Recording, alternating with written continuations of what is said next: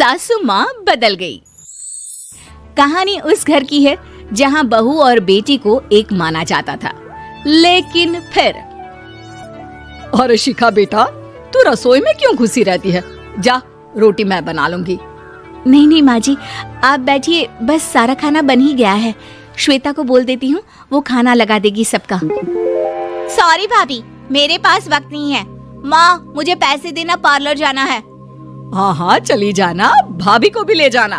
वो भी जाने को बोल रही थी पार्लर, पर पहले ना मदद कर दे उसके खाना लगाने में। देख माँ, वो बहू है, उसे बहू रहने देना, इतना सर पर मत चढ़ा भाभी को। श्वेता, ज्यादा मत बोला कर। बहू और बेटी में कोई फर्क नहीं होता है। जा जाकर काम कर। ननद को माँ का भाभी से इस तरह प्यार करना बिल्कुल अच्छा नहीं लगता। वो बार बार किसी न किसी तरह माँ को भाभी के खिलाफ भड़काती रहती, लेकिन कोई फायदा ना होता। एक रोज, अरे बेटे किशन, जा बहू को कहीं घुमा कर ला, सारा दिन घर में काम करती रहती है।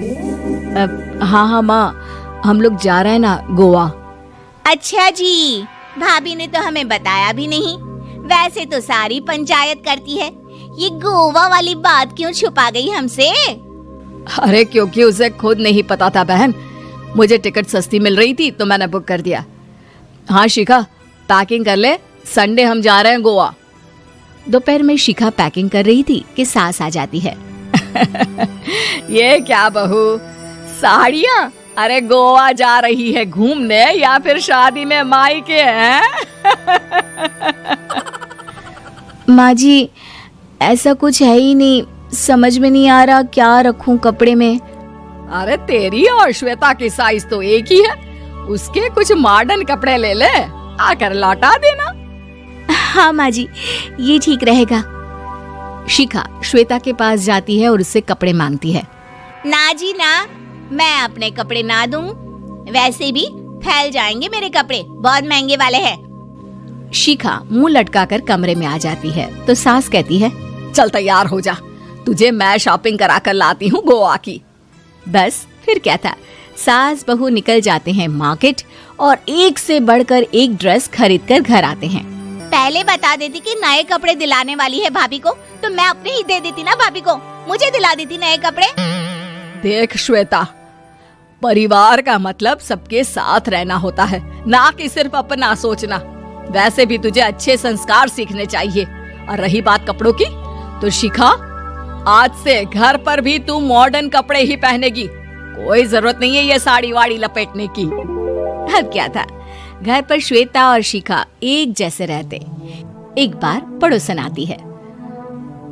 अरे बेटा, अपनी माँ को तो बुलाना जरा, बात करनी है। शिखा सास को बताती है और रसोई में चली जाती है। ये आपकी बेटी बहुत बड़ी हो गई है, इसके लिए एक रिश्ता है, कहो तो बता दूं। ये बेटी नहीं बहू है, घर में सब एक जैसा ही रहता है। वैसे मेरी बेटी भी बड़ी हो गई है, कोई रिश्ता हो तो जरूर बताना। पड़ोसन रिश्ता लेकर उन लोगों के घर आती है। तब श्वेता की होने वाली सास कहती है, तो ये घर है, कितने मंजिल का है? और ये बहू ने आपकी क्या पहन रखा है, जीन्स टॉप? अरे भाई, साड़ी वाड़ी नहीं है क्या इसके पास? देखिए, सर्दी है तो साड़ी में बहू कैसे मैनेज करती, वैसे पहनती है साड़ी भी। देखिए, हम लोग ठहरे पैसे वाले लोग, कोई कमी नहीं है हम लोगों के पास पैसों की, बहुत पैसे हैं, जमीन, नौकर चाकर, कार, सब कुछ है, लेकिन घर में संस्कारी बहू चाहिए। समझ रही हैं ना आप? सास कुछ कहती कि श्वेता बोल पड़ती है, हाय रे, नौकर चाकर से लेकर जमीन, कार, पैसा, हाँ हाँ मुझे रिश्ता मंजूर है, मंजूर है मुझे। अरे रुक जा श्वेता, मैं बात कर रही हूँ ना। देखिए, हम लोगों के घर इतनी आजादी नहीं मिलेगी। अरे हाँ कर देना माँ, हाँ कर दे जल्दी से। सास क्या करती, बेटी की शादी ऐसे घर में कर देती है जहाँ ना उनके विचार मिलते हैं और ना ही आचार। शादी के बाद एक रोज फोन पर, श्वेता बेटा, एक बार घर आ जा, बहुत दिल करता है तुझे देखने का। माँ, वो घर पर बहुत काम होता है, कैसे आऊँ?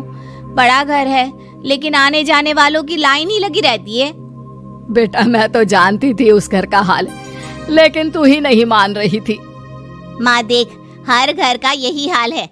तेरी बेटी को यहाँ घूंघट हटाने की परमिशन नहीं है और एक तरफ भाभी स्कर्ट पहनकर घूम रही है।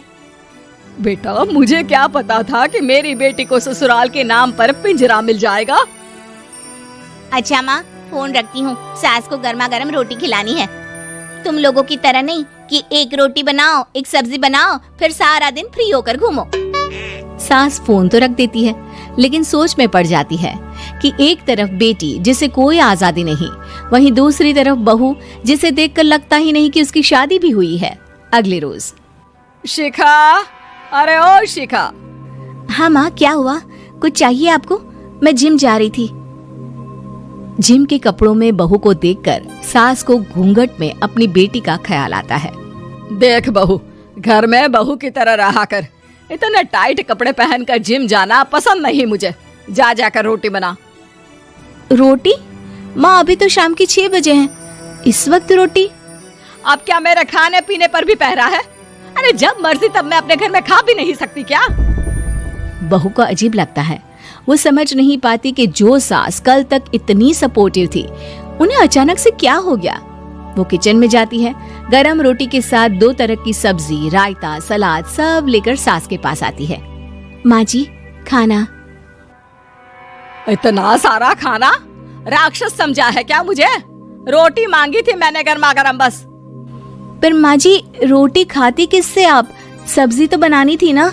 अरे भूख मर गई मेरी तेरी बहस से। जा जाकर काम कर, अंदर पूरी रसोई साफ कर। बहू अंदर चली जाती है। थोड़ी देर में श्वेता घर आती है। अरे शिखा, जल्दी से चाय ला, पकवान बना, मेरी बेटी आई है। अरे नहीं नहीं माँ, ड्राइवर बाहर खड़ा है। मैं तो घर का कोई सामान खरीदने के बहाने यहाँ आ गई हूँ, मुझे जाना होगा। अरे बेटा, पर कितने दिनों बाद देख रही हूँ तुझे, रहने आ जाना 2-4 दिन के लिए। आ जाऊंगी माँ, जब मेरी सास मरेगी तब। मैं तो रोज मन्नत मानती हूँ कि मेरी सास मर जाए तो अच्छा है। अच्छा चल, जा रही हूँ माँ। हे भगवान, कैसे कैसे दिन देखने पड़ रहे हैं मेरी बेटी को। सास अंदर जाती है, जहाँ श्वेता की जिम वाली सहेली का फोन आया होता है। क्या बात है, आज जिम नहीं आई? अरे पता नहीं यार, आज माँ को क्या हो गया अचानक। पर खैर कोई नहीं, लगता नहीं कि मैं अब जिम आ पाऊंगी। शिखा स्पीकर पर बात कर रही थी, जिसे सास सुन रही थी। यार ये सास ना होती ही ऐसी है। मैं तो कहती हूँ बुढ़िया जल्दी मरे और तू आराम से जिए। शिखा को सहेली की बात पर गुस्सा आ जाता है। माँ के मरने की कौन सा बच्चा दुआ मांगता है मोहिनी? आगे से ऐसी बात मेरे सामने मत करना। हमारे घर की शोभा ही माँ है। क्या हुआ जो थोड़ी सख्ती दिखा रही है? उसमें भी कोई ना कोई उनकी भलाई ही होगी। मैं तो कहती हूँ भगवान मेरे जैसी सास सबको दे, जो सिर्फ माँ की तरह है। सास वाली तो कोई बात ही नहीं है उनमें। सास ये बात सुन रही थी। उनकी आंख में आंसू आ जाते हैं कि क्यों वो बेटी की किस्मत में बहू को भी भागीदार बना रही थी। शिखा, अरे ओ शिखा, क्या हो गया? जिम नहीं जाना क्या?